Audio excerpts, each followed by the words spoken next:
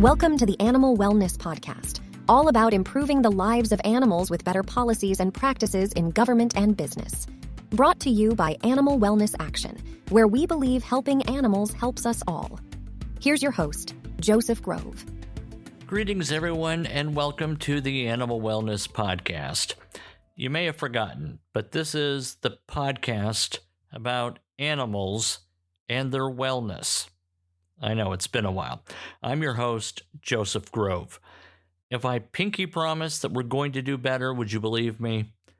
I hope you will. We're trying to get back in a cadence with our podcasts, and I think today's episode is a good start in that direction. We're going to be talking about cats, particularly the big cats in Colorado, mountain lions, where I'm from, Kentucky, Indiana, we call them cougars. Big animals, beautiful animals, and as you'll hear, very important to the ecosystems where they live.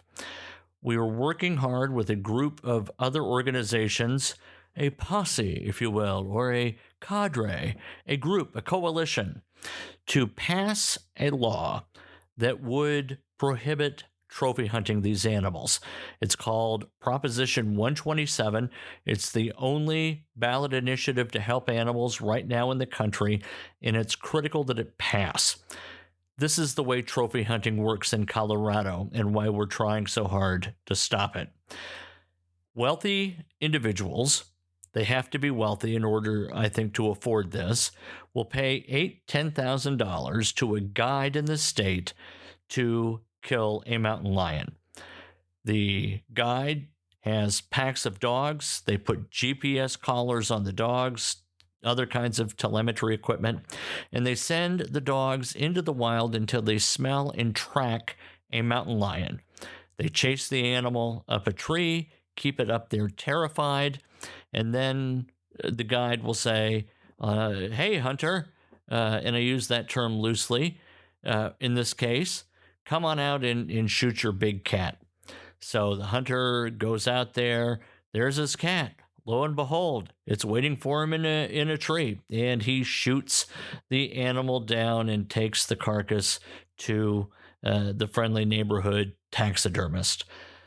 The campaign refers to this as cruel, inhumane, and unsporting. We here at the Animal Wellness Podcast agree with those adjectives.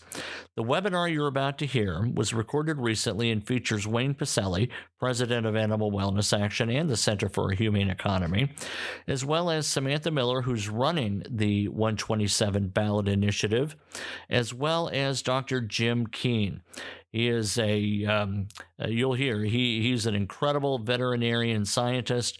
He'll talk about the role mountain lions play in the local ecosystems, how they even keep a check on a disease that has shown up in humans, lethally so, and that is chronic wasting disease. We hope you'll learn a lot. If you have friends in Colorado or if you live there yourself, we hope you'll get on board. You can learn more at catsaren'ttrophies.org. We must pass it, and with the support of our listeners, we believe that can happen. So thanks very much and enjoy the episode. I really do promise we'll be back soon with another one. Thank you. Good evening, everybody in Colorado, around the country, and let me just say a special word of concern for our dear friends in Florida who are dealing with Hurricane Milton. I hope that everyone gets through that safe and sound. And of course, speaking of safety, we are talking about Prop 127 tonight in Colorado. It's the only statewide ballot initiative for animal welfare in this 2024 election cycle that focuses on animal cruelty. There is also a measure dealing with veterinary medicine on the ballot. That's Prop 129, also in Colorado. And I want to tell you, before turning it over in a couple of minutes to Sam, just what this ballot measure does. This ballot measure halts the trophy hunting and commercial trapping of mountain lions, bobcats, and Canada lynx. The lions are the ones who are the victims of trophy hunting. The bobcats are trophy hunted as well as commercially trapped. And the lynx are currently protected because they're very rare in number.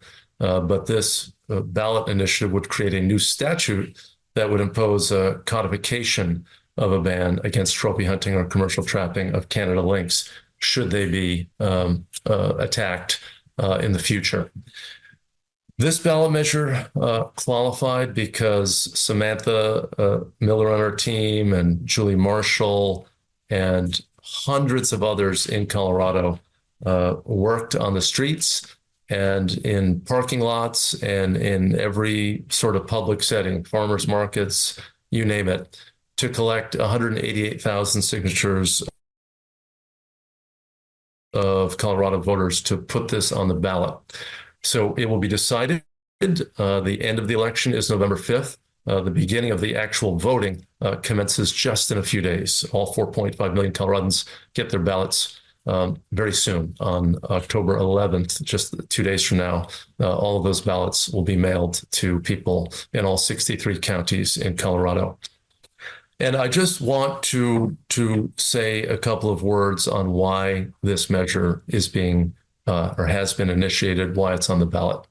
Of course, we at Animal Wellness Action and the Center for Humane Economy, we are two of the 100 or so organizations that have endorsed this measure.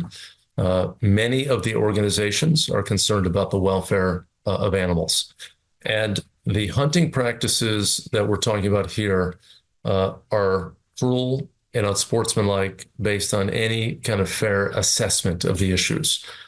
The mountain lions and the bobcats are typically, if they're trophy hunted, they're chased with packs of dogs with radio transmitters on their collars.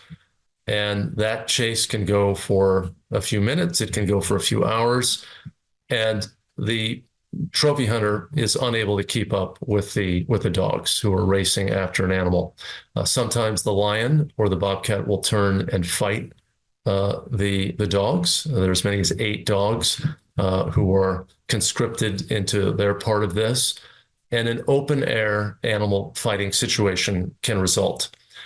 This results in bloody wounds for all of the combatants.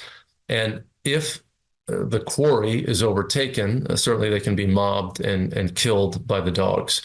But in many cases, the lion or the bobcat will seek refuge, typically in a tree. These are cats, so they know how to climb trees. The dogs can't do that nearly as well. They can, maybe try to jump up and snap at the animal in the tree, but they are going to be pretty much on the ground and looking up. They've got this GPS equipment that is affixed to their collars, and the trophy hunter, or really the guide, has the equipment and then signals to the hunter, where the animal is. He or she then walks to the base of the tree and shoots the animal out of the tree. That is the moral and sporting equivalent of shooting an animal in a cage at a zoo. Hounds are not permitted to hunt elk nor deer. That would be considered unsporting. It would be considered not fair chase. The culmination of this hunt, to shoot an animal trapped in a tree and cornered, is anathema to anybody who regards hunting ethics as an important value system to honor. And we'll note, of course, that our critics, the trophy hunting community and its allies, say that this is something not suited for the ballot. Well, we've seen multiple times in the state of Colorado that when the Colorado Wildlife Commission and Colorado Parks and Wildlife did not pay attention to the values of the electorate, the people have put issues on the ballot, and the people have handily approved ballot measures to stop inhumane, unsporting, and, as I said, in many cases, very cruel methods of hunting. In 1992, more than a generation ago, voters from the Front Range and the Western Slope all over Colorado approved a measure to stop that form of hounding for black bears. It's the same system. It's the same types of dogs. They are the same dogs. It is the same tracking equipment, although it's become more sophisticated now with GPS. They were using radio telemetry in the 80s and the early 1990s. And it, again, culminates in shooting an animal out of a tree. Now, black bears can also be hunted by foot. They were also hunted with bait. Voters outlawed that. We've looked at the data with lion hunting, and 99% plus of the lions hunted, trophy hunted, are killed with the aid of dogs. This is really a not just a regular feature, it is an always seen feature of trophy hunting of lions. The dogs may go after a bobcat, and the same sort of hunting system, the same unfair system of shooting an animal out of the tree occurs. So my argument and our argument is, if it's wrong to hound bears and shoot them off of a tree limb, it is equally wrong to engage in this behavior targeting lions or bobcats. Now, the bobcats have an additional threat. Even though Colorado voters outlawed the use of steel-jawed leg-hold traps and other body-gripping traps in 1996, again, a generation ago, nobody really imagined that the bobcat commercial trappers would be so diabolical to use baited cage traps and to capture these bobcats, keep them in this confined situation with the animals frantically trying to get out, biting the cage, breaking their teeth, using their claws to try to frantically escape and perhaps breaking their claws. And at the end of that process, the trapper uses a choke stick and strangles the animal with a noose, or may bludgeon the animal, all to obtain the fur to sell on the international market, because there's no domestic market for bobcat fur any longer in the United States. So these are unfair, inhumane methods done for an inappropriate purpose. The head, the hide, and the fur of the animals. And I'll note that most of the lion trophies are nose-to-tail trophies. We've heard this completely phony argument, completely and utterly phony argument. It really goes to the credibility of the critics of 127 to say this with a straight face. They have been trotting out the notion in the last 3 or 4 weeks that trophy hunting is illegal in Colorado. Now, we know this is patently false. This is as bald a lie as one can concoct. There is no statute in the state that forbids trophy hunting. The words trophy hunting and prohibiting it or limiting it, restricting it, do not find a place in the same statute. What they are doing is they're taking a good law, what's called a wanton waste law, which forbids people from just killing the animal, and killing the animal for one part, like the bear's gallbladder, and leaving the rest of the animal behind, which is something that a poacher would do. We've never made the argument that they're not taking the entire head and hide of the lion. That's what almost all trophies are. All one needs to do is consult the hunting guides who lead the fee-paying hunter in a commercial venture to the base of the tree with the GPS equipment. That's how the hunting guides do it. But you look at their sites, they talk about the trophy toms, getting a great trophy. And we'll of course note that there's a whole derivative industry. And that derivative industry is the taxidermy industry. The trophy hunting guides have the taxidermists on speed dial. They take the head and the body, the entire exterior of the animal, and they provide that to the taxidermist, who then delivers them a trophy. The argument that trophy hunting is already illegal couldn't be more false. And for all of these spokespersons opposing Prop 127 to keep repeating this lie speaks to their credibility. Sam, I want to turn it to you. I do want to go over with you a little bit some of the other falsehoods that we've heard, because I want everyone to understand what's going on. But I know you've got some really important details to add. So again, I want to toss this over to my colleague Samantha Miller. She's the campaign manager for Cats Aren't Trophies, the Yes on 127 campaign. Yeah, yes, to protect cats from trophy hunting, like the picture you'll see on my background for the evening. Ryan, could you pull up my slideshow? I'm going to go through a few slides that actually cite the statute so we can see the evidence on where everything lies and what Wayne was talking about. So right now in Colorado, it is absolutely legal to trophy hunt an animal. In fact, it tells you how to pack out an animal. And there's actually a video of Colorado Parks and Wildlife officer who's dressing a lion for field harvest and talking you through how to do that to protect your trophy. So this is exactly what Colorado Parks and Wildlife talks about. It's what trophy hunters talk about. It is all about the trophy. And so this is the wanton waste statute that Wayne had cited earlier. Next slide, Ryan, please. So this is from CPW, and this shows that the meat is required to be prepared for human consumption, just like deer, elk, and all big game. And so that's really what CPW says, is that with all big game, you field dress your animal. So if you're in the field and you're a hunter, ethical hunters do this with deer and elk. Lion trophy hunters do this just because they're supposed to. And then they take their picture first, Wayne, like the one behind me, but then they will dress their game and pack it out because that's part of the regulations in the state. You can go next slide. And then I think this really gets at another one of our opposition's arguments, which is really funny, where they always say follow the science, but they never say what the science is. So I think it's really excellent that we have this sign-on letter from over 22 scientists that all support a yes vote on Prop 127.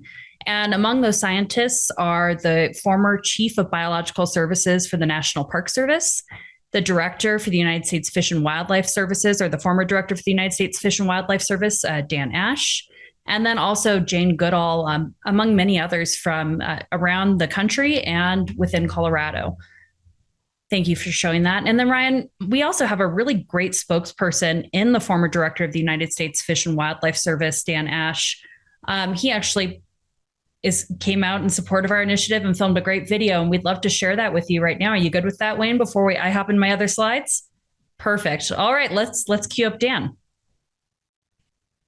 I'm Dan Ash, a sportsman and former director of the U.S. Fish and Wildlife Service. Wealthy, out-of-state trophy hunters take Colorado mountain lions and bobcats for their heads and hides, with packs of dogs and high-tech gadgetry shot out of a tree, unsporting, cruel. Yes on 127 protects mountain lions from trophy hunting, while allowing game management, protecting people, pets, and livestock. It preserves the balance of nature. Vote yes on 127. Thank you, Ryan. I appreciate that. And Dan, of course, is a great spokesperson. And if we could go to the next slide, we can dig into a little bit more of what Dan was saying, too. So this is our revised statute. This is what the statute would look like should you vote yes, should this pass. And you'll see that trophy hunting would be prohibited. This is the first time it would be in statute. It was not in statute before. It would be in statute now. So we would make it illegal to trophy hunt or fur trap mountain lions, bobcats, or Canada lynx. I think we often get the question, why Canada lynx? Don't they have federal protections? It's already illegal to kill them. That's great. I'm glad they enjoy those protections right now. But we've seen with many species like gray wolves, as soon as those species lose those federal protections, they're moved onto game management lists.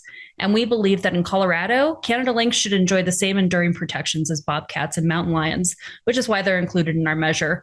We can go next slide, Ryan. So this is what is happening in the field, and this is what Wayne talked about, and this is also what Dan Ash talked about, and you saw a bit of that in video. And right now in Colorado, it is legal. It's perfectly legal to hunt a mountain lion with packs of up to 8 dogs. Those dogs wear GPS collars. They track lions through the wilderness, the same public lands maybe you or I like to hike on, or even private property. They will trail lions through, corner that lion, tree the lion, and then the hunter will get a signal, and the hunter just walks up to the tree, and you can go next slide, please, and shoots the cat out of the tree from a close range, and then takes a picture with his trophy, then field dresses that animal like we talked about, that wanton waste law, and then prepares it for the taxidermist so he can have the trophy on the wall, maybe above his TV. Something kind of similar happens with bobcats if we want to go to the next slide. So bobcats are actually, it's legal to cage trap bobcats, but also with bait. A lot of people use poultry to trap bobcats to lure them into the bait. You can see they're probably part of a turkey wing to draw that bobcat into a cage trap. Bobcat traps only have to be checked once a day, so it can be longer than 24 hours before a trap is actually checked. And then that bobcat is inhumanely killed with a choke stick, where the cat is strangled slowly to preserve its pelt, or bludgeoned also, again, to preserve the pelt. Can we go to the next slide, please? And then what we see, again, is trophy hunting. Bobcats can also be hound hunted, just like mountain lions can, or their furs can be skinned and then sold to countries abroad like China and Russia. Colorado has an annual fur auction where they sell furs from trappers across the state. And it's perfectly legal right now to trap an unlimited number of bobcats for any one trapper. So for about $35, a trapper can decimate a bobcat population in their own backyard. And we have no real data on how many bobcats there are in the state. So I think that this addresses some of the big points I think we're hearing from the opposition. Most of them are pretty laughable, but I'm glad I was able to share some of those receipts, Wayne, so we can show folks, what's really happening behind the scenes. No, yeah. So, no, Sam, those are great images that you showed. And of course, the notion that somehow trophy hunting is banned and people are repeating this canard is astonishing to me. I mean, you showed the statute. You showed the wanton waste statute. It said nothing about no trophy hunting. And I just wonder how they answer this argument about the whole taxidermy industry. Why do they hold the cat like the image off to your right shoulder? Why do they have the cats on the walls? Almost all of the trophies that I've seen are nose to tail trophies. No one is suggesting that we just see people just cutting the heads off and leaving the entire body behind. We're saying they're using this unfair, unsporting, inhumane method, forbidden for deer hunting, forbidden for elk hunting, forbidden by the voters for bear hunting, and they're killing them for trophies. I mean, the fact is, we have a federal law in the United States, the Dog and Cat Meat Trade Prohibition Act. We don't have a real tradition of killing cats. So maybe there are some people who choke down a little lion meat. That does not change the purpose of the hunt for them, which is a trophy hunt. This is a relatively small number of participants in hunting. There are hundreds of thousands of hunters in Colorado. Many of them are on our side. Only a tiny, tiny fraction of hunters pursue lions. They are using dogs. They're basically buying the service from the guide. The average hunter doesn't have a pack of dogs and doesn't have the GPS equipment. They're paying $8,000 on average to hire a guide for a guaranteed kill. That's a commercial enterprise. It is a commercial enterprise to kill the bobcat and sell the pelt in the international market. Those are two practices at odds with something that some of the opponents of Prop 127 have iterated, which is they're for the North American model of wildlife management. But the North American model of wildlife management forbids commercializing hunting. So here you have a commercial enterprise with the method of take, with the packs of hounds and the GPS, and then you have a commercial enterprise in selling the product of the hunt when it comes to bobcats. I just also want to say, Sam, before we introduce Jim, that there are some other laughably false justifications that have been advanced. The one main justification for the packs of dogs, which are forbidden for all the other big game in the state, the justification is, well, the trophy hunter can then look at the animal in the tree and then determine the sex of the animal and let the females go. That would be a compelling argument if they weren't shooting in their annual take of 500 to 600 lions, half females. Last year, of the 502 lions shot out of trees in Colorado, 47%, about half. It's a coin toss. It's a 1-to-1 sex ratio. That's just about it. How can they make the argument? Just like how can they make the argument that trophy hunting is banned when it is clearly not banned in the state? How can they make the argument that the hound hunting allows for sex selective take to protect the females when 47% of them shot are females? And please. Oh, I just wanted to add one more thing to that too. I think that the last thing I've heard opposition say over and over again is that, mountain lion hunting is what saved mountain lions. Mountain lion hunting protects mountain lions. This is how we save mountain lions, is by killing them with packs of dogs. And that's absolutely untrue. Prior to regulated hunting, we actually had a bounty program in Colorado to kill mountain lions. So people were getting paid to kill them left and right. Regulated hunting did bring mountain lions back from extinction because it limited hunting. It limited the hunting of mountain lions. And what we're saying is that there's plenty of science that shows none of this hunting is necessary. It's incredibly cruel and inhumane to hunt with packs of dogs. There's no purpose for a fur industry with Colorado bobcats, and that the predator hunting policies of the 1930s belong in the 1930s. And now is the time that voters can really make that change. So I just want to be clear too on that, and that this isn't an anti-hunting measure. I myself have hunted before. I've taken my hunter's ed. I even took the lion hunting identification course and passed without studying, if you could believe that. So this is not what this is. This is about cruel and unethical practices. This is about a relic of the past that belongs there. Well, and I think there are certain folks, we don't hear it too much from some of their spokespeople because they know that this is a completely discredited idea, which is that if you don't hunt lions, the population will grow in an unlimited sort of way. Any person with a BS degree knows that that is demonstrably false. Any sort of wildlife training knows that that's false. They still say it, but now they're saying these other false things. So I think it's important that we address that. And I want to bring Jim in, Dr. Jim Keene, who did an extensive literature review on this issue. But Jim, before going to you about that aspect of it, even before we talk about the role that lions play in predator cleansing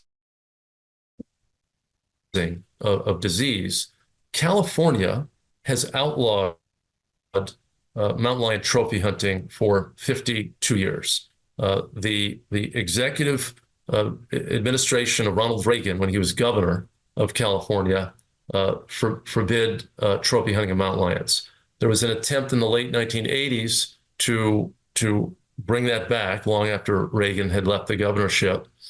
And the voters of the state banned trophy hunting. They codified it. So it was an executive agency action first, and then it was codified in 1990.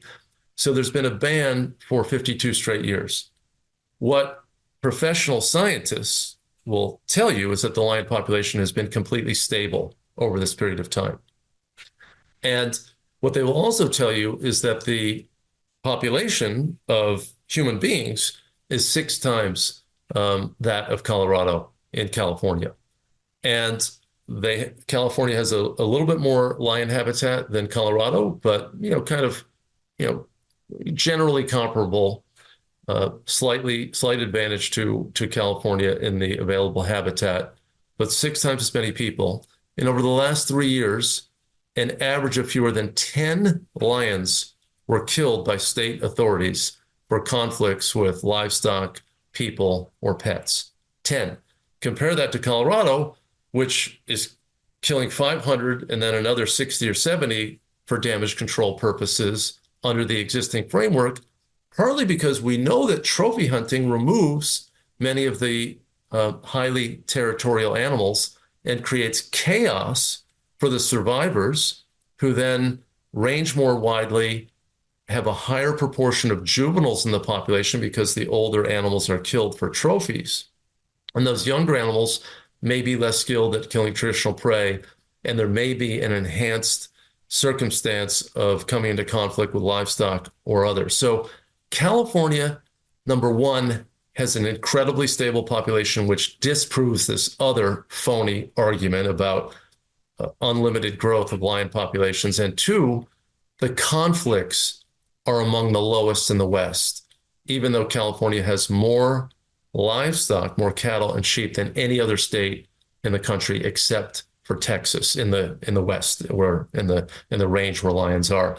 So, Dr. Keene, I just want to maybe turn this to you. Now, you're a veterinarian.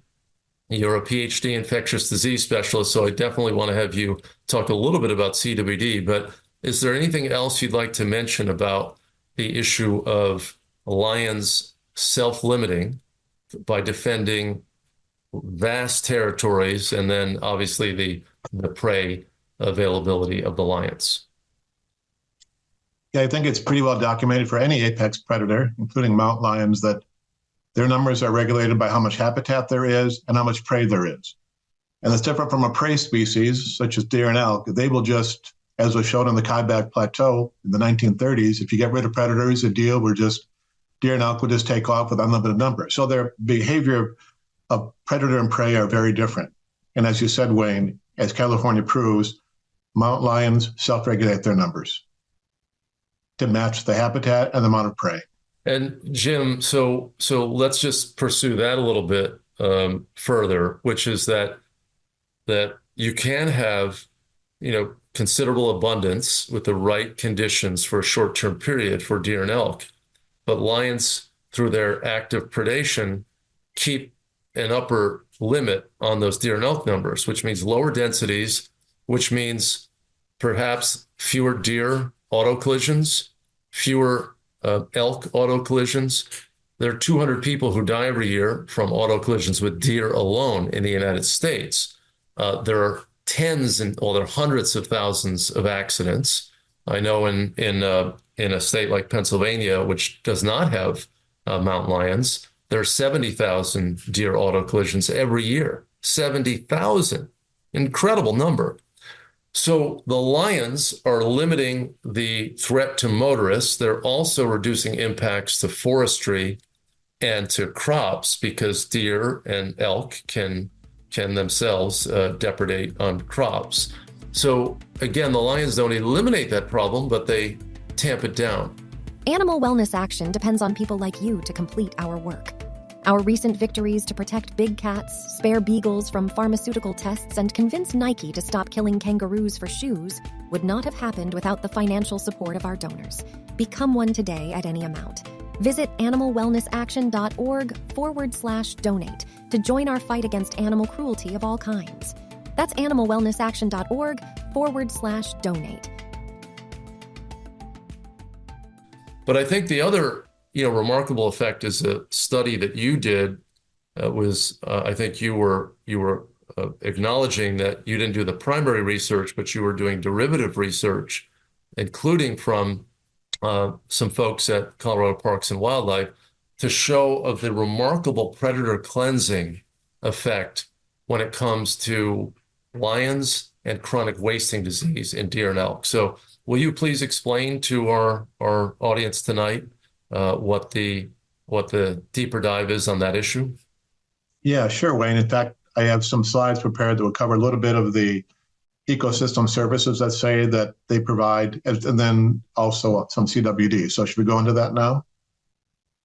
So for those of you who like to read, we do have two reports on the Cats on Trophies website. One deals with the role of, discusses, as Wayne and Sam both alluded to, conflicts with mountain lions. And basically, the more you hunt mountain lions, the more conflict you get with mountain lions and people. And the second issue is how big cats, especially mountain lions, but also bobcats, play a role in controlling this horrible new disease that showed up in Fort Collins called chronic wasting disease, showed up in the late 1960s, and now it's spread pretty much across the whole continent. And it's uncontrolled, no immunity disaster. So I'll cover those two issues. So if you want to read, everything I say will be in much greater detail in these two reports if you're interested. Okay, next slide, please, Ryan. So again, from that first report as mentioned, there's the conclusion you can get from that is mountain lion trophy hunting increases conflicts with people, pets, and livestock has been shown in every Western state where it's been studied. And as Wayne said, the best example is California, where they have done it for 50 years. And of the 15 states that have reproducing mountain lion populations, California is number 3 in terms of the rate of the third lowest of the rate of conflicts with people, pets, and livestock. So also one of the justifications for hunting is that they're competitive for deer and elk. And it's been shown that mountain lion does not regulate deer and elk populations. Deer and elk are regulated by habitat primarily and availability of food, not mountain lions or predators. Jim, I just want to clarify that. I think because I just indicated that they can check excessive population, but I think what you're saying is that that lions do have an effect in that way, but they don't decimate the populations. Is that? Yes, that's right. It's one of the there's basically 3 justifications to hunt lions. One is for sport or recreation or trophies. One is to control. I call it as a bias against predators. They're looked at as competitors. Deer and elk hunters look at apex predators as competitors for the prey. And the third is to control the conflicts with lions. So it is true. The 14 states allow hunting of 14 Western states allow hunting of mountain lions, but they do not influence greatly prey numbers, and hunting lions does not decrease conflicts with people. In fact, it increases them. So the justifications made to hunt lions, 2 of the 3 don't carry any water. And then I think, Wayne, you covered that Ronald Reagan instituted the first ban in 1972, I believe, of mountain lion hunting. So it's great that we have that as a control state to know. If without that, it'd be hard to have to know what was going on. Next slide, please, Ryan. So one thing that when you hunt lions, this is sort of what the ecological effects of it. Humans are considered super predators because they're hunting excess predators. So obviously when you hunt lions, you're going to decrease the mountain population size. You're going to change the age and sex structure. You're going to have fewer males, more females generally, because the males are targeted primarily if they're available for trophies. And you have a younger population because you're killing off our older animals. So you're going to have a less genetically robust population because you're killing the superior animals that have gotten a terrier and reproduce. You're killing off reproducing animals, basically. There's also a phenomenon called epigenetics, which is when you put an animal under stress environment, it affects their DNA in the short term and even in the long term, and it takes away their ecological role. The things that Wayne and Sam and I have mentioned earlier. Okay, next slide, please, Ryan.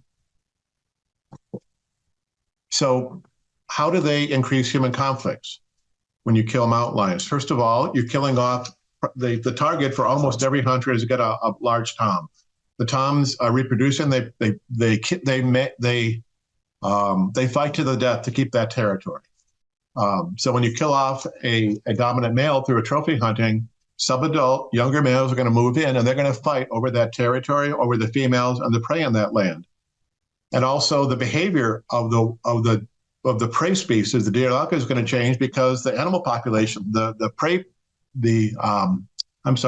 population has changed. And maybe one of the worst effects that happens when you kill off mountain lions is the layer below the top of the line predators, mountain lions and wolves, for example, are things like coyotes. And mountain lions also keep those they're called mesopredators in check. When you kill off mountain lions, the coyotes bloom, and coyotes cause way, way more damage than mountain lions or wolves ever do. So they're actually making it worse, and not only just because you increase the coyote population in particular. Okay, next slide, please, Ryan. So this is some data, actual data from what Wayne just mentioned a minute ago. So this is from 2022, which I think had the best data for. So in that year, if you look on, it's comparing Colorado and California. 486 lions killed by trophy hunters in Colorado, none in California, of course. 12 were killed by the federal wildlife services in Colorado, 3 in California. there were 20 lions killed by state officials in Colorado, 10 or by property owners, 10 in California. Look at the difference in the mountain lion reported incidents of conflict, either mountain lions bothering pets, people, or livestock, about a 4 or 5-fold difference. There were 2 humans injured in California. These were non-lethal, just humans were injured by a lion, with the same animal population, but many more people in California. So this is some of the evidence that is, and it's been this way for several years now. Yeah, Jim, I just want to just pause a minute to have people take in these numbers. I mean, you're talking about 500 lions shot by trophy hunters from trees in Colorado, 0 in California. Yet California still has fewer lions killed for conflicts. I mean, this is, and the incident reports are just a fraction of those in California, even though you have 6 times as many people. So just by the gas molecule theory, you would think that if there are 3,500 or 4,000 lions with 39 million people, they would bounce into each other a little bit more, because you have 5.9 million people in Colorado. So these statistics absolutely destroy the argument from the proponents of trophy hunting that they are serving some sort of management function in reducing conflicts. It's demonstrably false. And California, because it's the only state in the West that has this policy, and it also happens to have, comparably sized population, seems to me the best control to think about. So here we have a very compelling case. I just wanted to underline that for our viewers tonight. Yeah, it's very striking. It's very striking. California also has policies. It's a 3 strikes you're out policy, basically. Before you can, they emphasize non-lethal deterrence. So a lion has to commit, unless it's directly attacking people, before you get a permit to kill it for depredation, you have to try non-lethal methods. And those have been shown to be very effective. And I believe Parks and Wildlife in California, and you can tell me, Sam, I believe this is true, that they have some of these programs in the state already to do that. Is that correct? Sam? Yes, they have that. And then we also have some programs we've been working on here in partnership with the Mountain Lion Foundation to work on non-lethal conflicts here in Colorado. So we're already setting that up through non-governmental organizations. So I think this shows that people and lions can cohabit together. We can get along pretty much together without killing, lions that are causing no trouble for anybody. Okay, next slide, please, Ryan. So this is one of the reasons, it's a sort of 2 Venn diagrams. You've got circles that intersect. So one issue is the lions that cause conflict in people, pets, or livestock, they tend to be young subadult males who are roaming, who don't know how to hunt very well yet. Maybe they're orphaned because their mother was killed and they didn't get trained properly to kill. It's a lot easier to kill a domestic animal, a sheep or a goat, than it is to kill a full-grown elk or a full-grown deer. The trophy hunted mountain lions are not the same animals. So you're killing off the trophy hunted lions. They're adult males. They're hunting deer and elk. They have a territory. They're not causing trouble. But we're basically, by killing off the trophy hunted lions, we're creating conflict lions. And the second issue is the lions that are trophy hunted. How do I want to get this? I want to compare this. The next slide is on the lower screen. It's the prey that the mountain lions prefer versus the prey that hunters prefer. Now, mountain lions, or any apex predator, they don't want to pick the healthiest animal to prey upon because they could get hurt. A big, strong animal is more likely to injure the mountain lions. If the lion gets injured, if it breaks a leg or something, it's probably going to die. So they deliberately, it's to their advantage to pick younger animals, weaker animals, older animals, or sick animals. Those are the animals that hunters do not favor. Hunters favor healthy deer, reproducing deer with big antlers or large in size. So it's just showing that the mountain lions and the hunters are not looking for the same prey. And the trophy hunted mountain lions are not the same as the human conflict lions. Okay, next slide, Ryan. I think we're getting into a little bit of CWD now. This is what I just mentioned before. There's this idea of predator cleansing. It doesn't mean to get rid of, to cleanse the world of predators. It means that the predators, all apex predators, mountain lions, bears, and wolves do this. They prey on weak and sick animals, not the animals that humans are looking for. They tend to be old and sick, very young or very old. And the outcome of this is you get a much healthier cervid population because you're getting rid of the weakest and non-reproducing population. Compared to hunters, they're targeting ornamented males and basically reproducing animals with lots of flesh. And so basically in this case, you're making the prey herds weaker because you're killing the best genetics, the most fittest animals. So they're attacking different prey species. Next slide, please, Ryan. So now we'll talk a little bit about CWD. Now, I've said this, other people have said it as well, that mountain lions are a deer and elk hunter's best friend in Colorado, and trophy hunters are a deer and elk hunter's worst enemy. Why? A lot of it has to do with this new disease, which showed up in Fort Collins in 1968. It was first discovered by Beth Williams, who was a Colorado State University veterinary pathologist. And basically, this disease, it started out in Colorado, Wyoming, and it spread nationwide. I think 475 counties now in 35 states. It just got into California in May. It got into Washington State, I think, in July. So it's reached both coasts, and it's gone north to south. It's got into Canada, and even from exported animals, it got into South Korea. So it's got there's no cure for it. There's no immunity for it. There's no vaccine for it. And nothing anybody has tried. The federal and state government spent $1 billion on it, and nothing has worked. Next slide, please. So here's a picture of a deer that's called chronic wasting disease, because the deer or elk, when they become clinical, it's a slow-moving disease. They get super thin. They salivate a lot. They urinate a lot. They're extremely weak. They lose their fear of people.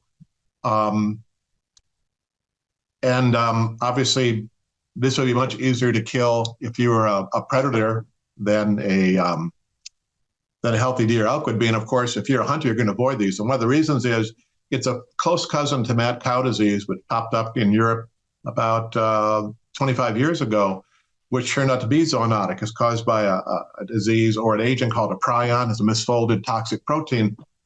So it's possible, it's not been shown yet, that if you consume meat from infected animals, you might get the disease itself. And that's why the CDC and Colorado Parks and Wildlife and every public health agency recommends not eating the venison from deer elk that have CWD. So next slide, please. I think I'm almost done here. So here's just kind of a graphic showing on the left-hand slide. That's the current range of mountain lions. They actually, it's not shown this part, but they inhabit almost all of South America. So basically the western third of the U.S., you've got reproducing intact mountain lion populations, small little populations in Nebraska and the Black Hills. And here's where CWD is. 435 states, 435 counties. Now this is California, it just popped up here. But if you look at this map, and remember this has been going on, this disease has been going for 50 years. It started right up here in Colorado. It didn't spread west first, it spread east where there are no predators. There's no wolves, there's no mountain lions. So it basically spread in that direction to north, south, and west, and it just starting to go, east. It's just starting to go west now. So that you can look at this map and say where you have intact mountain lions, you tend not to have CWD, or CWD is there, it's at very low prevalence. Next slide, please. That might have been my last slide. Let's see if I got any more. Oh, I think it was two more. So here's the distribution where you can find mountain lions in the state of Colorado. Most of the counties, there are probably 2/3 of the counties in the state. Next slide, please. This is the last slide, a little bit busy slide, but this is the data from Parks and Wildlife Colorado. So this is the prevalence, how much CWD was found in deer and elk. On the left, this is found in deer. If you look in the northwest part of the state, the prevalence is more than 20% of the male deer that are harvested. So the dark red on the purple, that's going to be 10 to 20% or higher. So basically that whole northern third and eastern 2/3 of the state are CWD endemic, high prevalence. And there's a small area in south central Colorado where there is no CWD detected yet in the deer, and a much larger area in where elk inhabit. And it's probably true that the mountain lions are forming a barrier to keep CWD out of those counties. So they're preventing a very valuable service. Yeah. Again, this is okay. I'm done here. I think this is my last slide. Go ahead. No, I was just going to say, Jim, that deer and elk hunting are literally the cash cow for CPW in terms of hunting license fees. The lions are less than one half of 1%.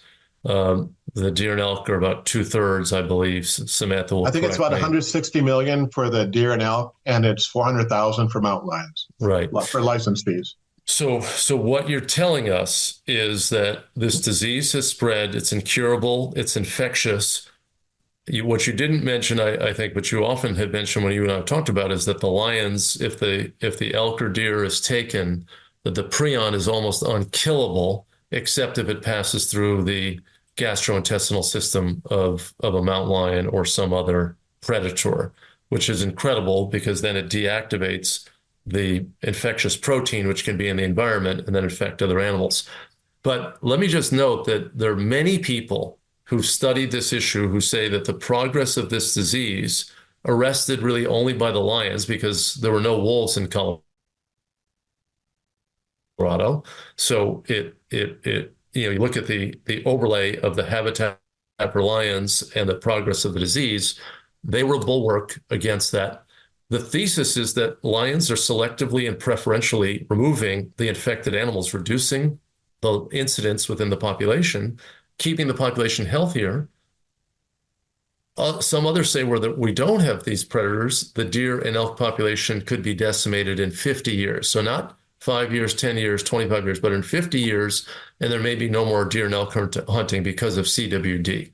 So this is, I think, an astonishing, not just an ecological service, but it's an astonishing economic service to rural Colorado. I mean, if you add up all of the benefits of deer and elk in terms of the economy, the wildlife watching, as well as the hunting, it may be $1 billion industry. And the only major deterrent appears to be the mountain lion population, with a small benefit from bobcats, and wolves are barely here. There are only 10 wolves in the state now, and they're recently reintroduced to the state. So Joseph, we've imparted information. I'm glad we covered it comprehensively, because what we had to do was debunk these set of false arguments that trophy hunting is already banned, that lions are going to destroy the deer population, that lions are going to be a nuisance to people. We've provided very tangible evidence, a reading of the statutes when it comes to the trophy hunting legality issue, and then the evidence that Jim and Sam have presented on those other questions. So to us, the vote is a logical yes on 127, and we want to equip everybody who's on the call. And hello to a couple of the trophy hunters who've joined in for us today. We're not hiding anything. We're happy to talk about this to you or others, and urge you to really think through your false arguments on trophy hunting. We'd like to ask people to participate. We have an e-postcard that we've Samantha sent out to our supporters, and you can reach Samantha at catsaren'ttrophies.org, and she can send you that postcard to send to friends and others. We have people we want who are door knocking and distributing literature. We want more and more people involved in that. So Joseph, I think it's very important that the takeaway here is not just educational. We want people to be active. We have just 3 weeks or so to the election, the conclusion of the election. The voting starts in just a few days. And if all we did was educate, fine. But really tonight, what we wanted to do is educate and activate. We need help to get the message out. You've heard these phony arguments. We have the antidote to every one of these arguments. We didn't even go into the mass orphaning that occurs, the same reason that motivated voters, not just the ban hounding of bears, but also the orphaning of the bear cubs. The cats breed any time of year. So when you shoot 47% of the animals are female. Many of them are going to be lactating females, or they're going to be females with dependent young. So Joseph, I'm happy to go over a little bit if that's okay with you to take some primary questions. All right, very good. And we do have a few, Wayne, for you and the others to answer. The first one is about the edibility of mountain lion meat. How common is it? And is this not a justification for allowing some hunting of these mountain lions? Well, let me start on that. And I've never consumed mountain lion meat. Very few hunters have consumed mountain lion meat. Clearly, they're very muscular animals. The point that I think we have made is that the primary motivation for the hunt is the trophy. This is a smaller bodied animal than elk, certainly, and for the most part, deer.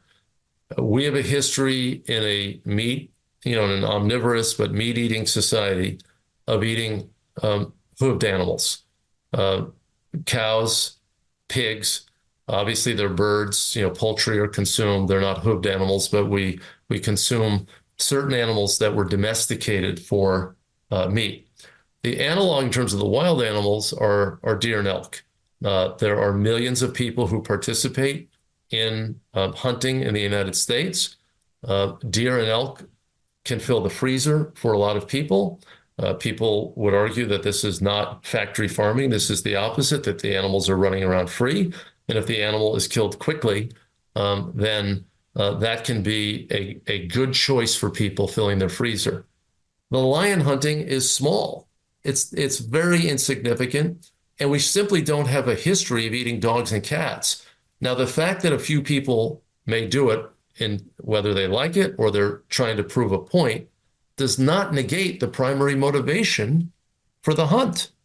If a black bear poacher wanted to kill a bear for the gallbladder and sell the gallbladder on the international market, if he ate a small portion of the bear, that wouldn't mean he's not a poacher. And someone who's hunting animals in a fenced enclosure and shoots an animal in an unsporting way, just because they may take a bite of the animal, doesn't mean they're not a canned hunter. These are trophy hunters, and the meat-eating purpose is largely irrelevant when you look at the entire trophy hunting literature. And when you look at the guides who are marketing and promoting the trophy as the purpose of the enterprise. And let me just say on the economics of it, it's kind of ludicrous. If you're spending $8,000 on a hunt and you're getting a few pounds of meat, that's the most expensive meat you could possibly buy.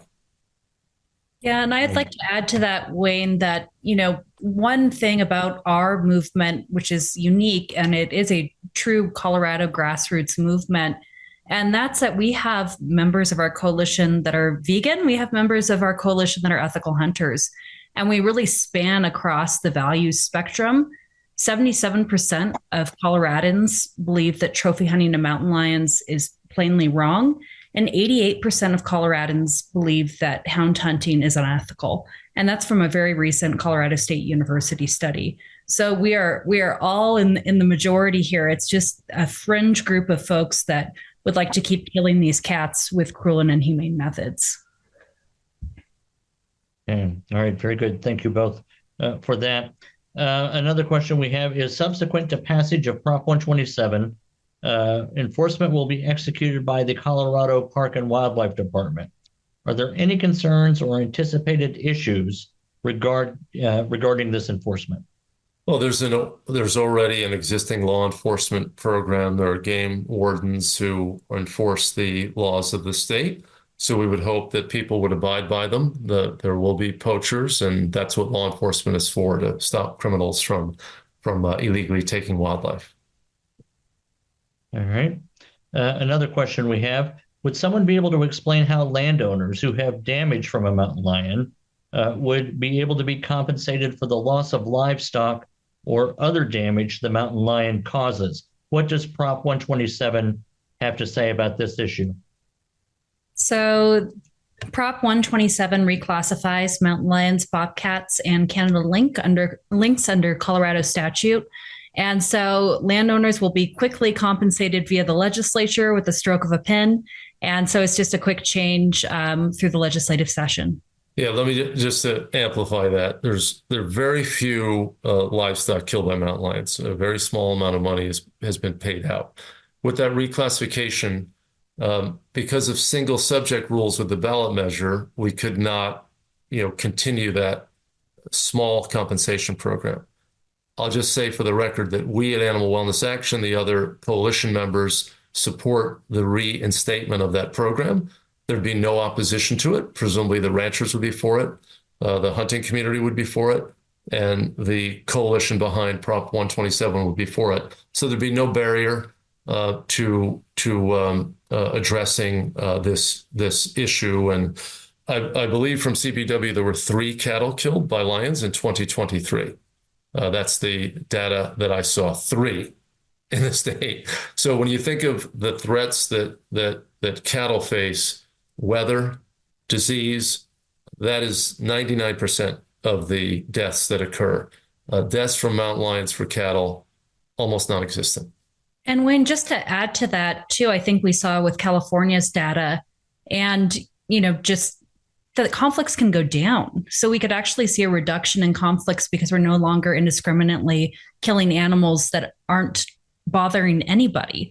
So conflicts could actually decrease. And as a member of Backcountry Horsemen and as part of the stock program for Rocky Mountain National Park Search and Rescue, that's exciting to me. If you're a stock owner, you should want this to stop. And I hope that it does. Lions are incredibly elusive. They are very shy. Some people, Joseph, have said, well, this is another issue of urban citizens imposing on rural. You saw Jim Keen's slide about lions. They live in Boulder County.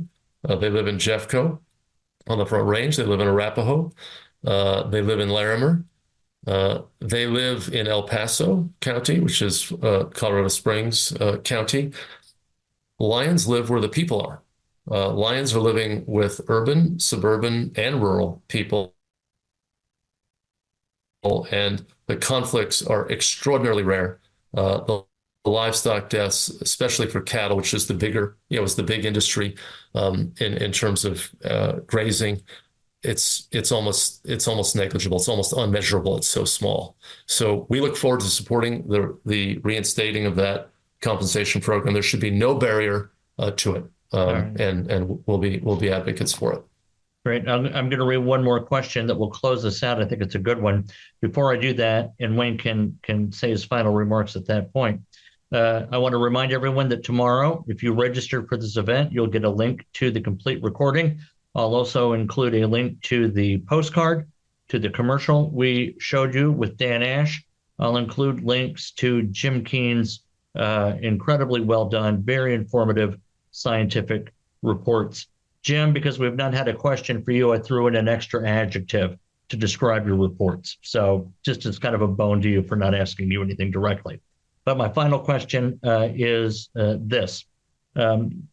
Sonia writes, this has been a very helpful presentation. Thank you. I've heard a lot, including a recent email from National Wildlife Federation Action Fund that argues that it is inappropriate for biological decisions to be made at the ballot box and should be made by state wildlife biologists.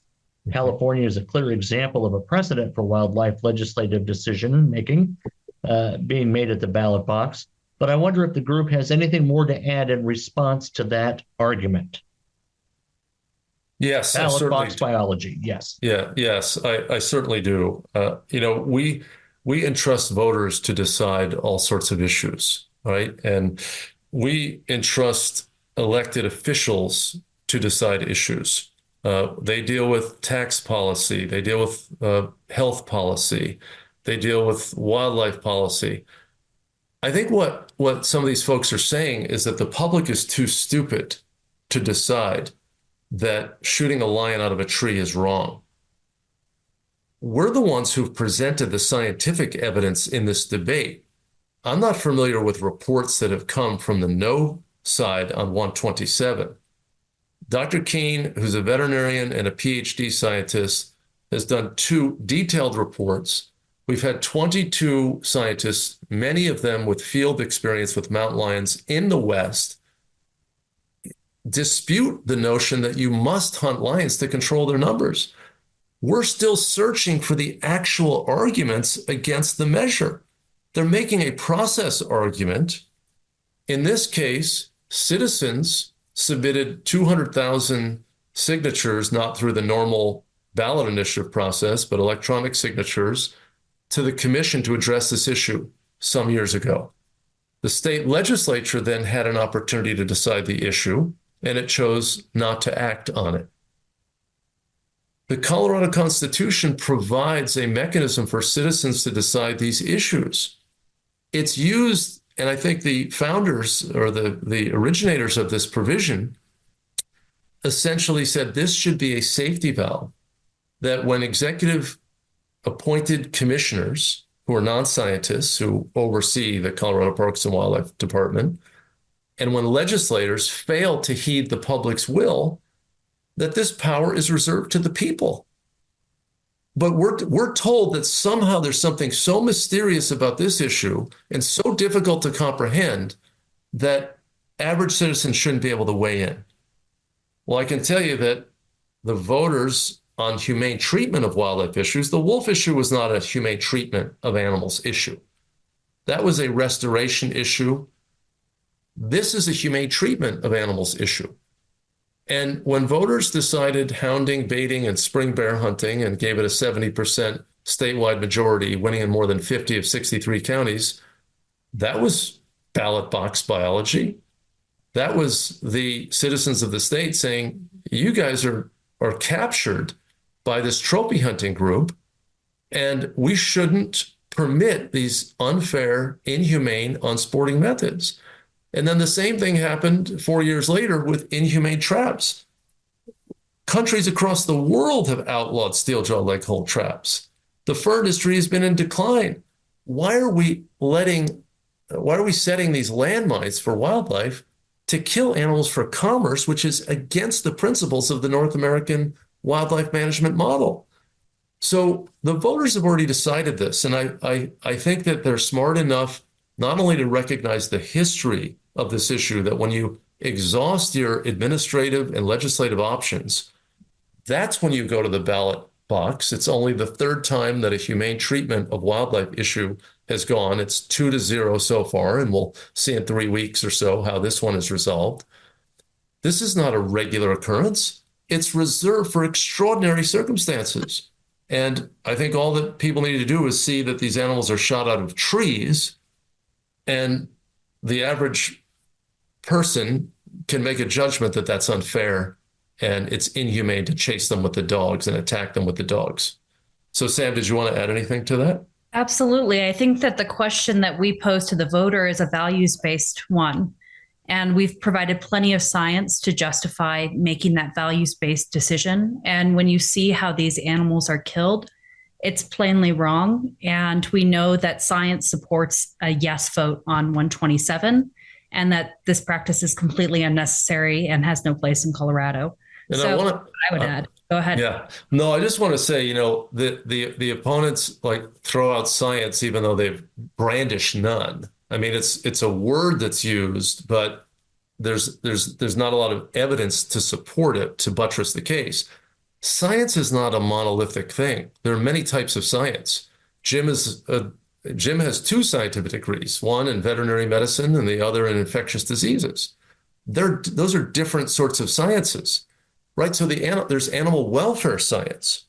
Well, animal welfare science tells us that when lions are attacked by dogs, they have certain stress hormones that rise. They exhibit behaviors of fear. They have all sorts of metrics on animal welfare. If what they're talking about is, the science is that this is not going to endanger the population, I'm not sure that's science. It's kind of counting animals. I'm not sure there's any science going on there. That's just censusing, counting animals. We're not making an argument on scarcity or endangerment. You haven't seen one word in any publications from any of the proponents of this ballot measure. We're making an argument that the animal welfare science is clear. The animals are suffering. We're making a values argument, as Samantha said, that this is at odds with hunting ethics because you can't do this with bears, elk, or deer. And we're making an argument that lions, as an apex predator, play an extraordinary cleansing role and act as a check in stemming the spread and the incidence of chronic wasting disease, which is the biggest threat to deer and elk in Colorado and in a number of other states. So when we talk about science, let's be a little bit more precise. We just don't see actual arguments. All we hear is, well, the wildlife professionals should decide it. Well, the top wildlife professional in the United States for 6 years was Dan Ash, leading a multi-billion-dollar federal wildlife management agency, and he's appearing in the ads for the yes side. So there's no the scientists happen to be on our side for the most part. I believe the gentleman who's been the main spokesperson for the he's a retired CPW staffer, has a Bachelor of Science degree. I mean, great. I mean, it's wonderful that he got a BS. Has an undergraduate degree. The 22 scientists were just about all PhD scientists. So there's some very rigorous experience with writing peer-reviewed studies on these sorts of issues. All right, very good. Wayne, Sam, Dr. Keene, all of the people who have attended tonight, thank you so much. We really appreciate your involvement, your interest. The election is coming up. Yes on Prop 127. Cats are not trophies. That's the message. catsaren'ttrophies.org is the website. You can find out everything you want to know there, and we hope you'll take advantage of that website and our many resources there. On behalf of everyone involved, thank you again for your support and your interest. We look forward to getting this passed on November 5th. And in the interim, feel free to reach out to any of us for more information or any way we can help you press the case with your friends, family, and others. It's a must-win for animals, and we need you on our side to do it. The time for action, and let's take it together. Thank you, everyone, and good night.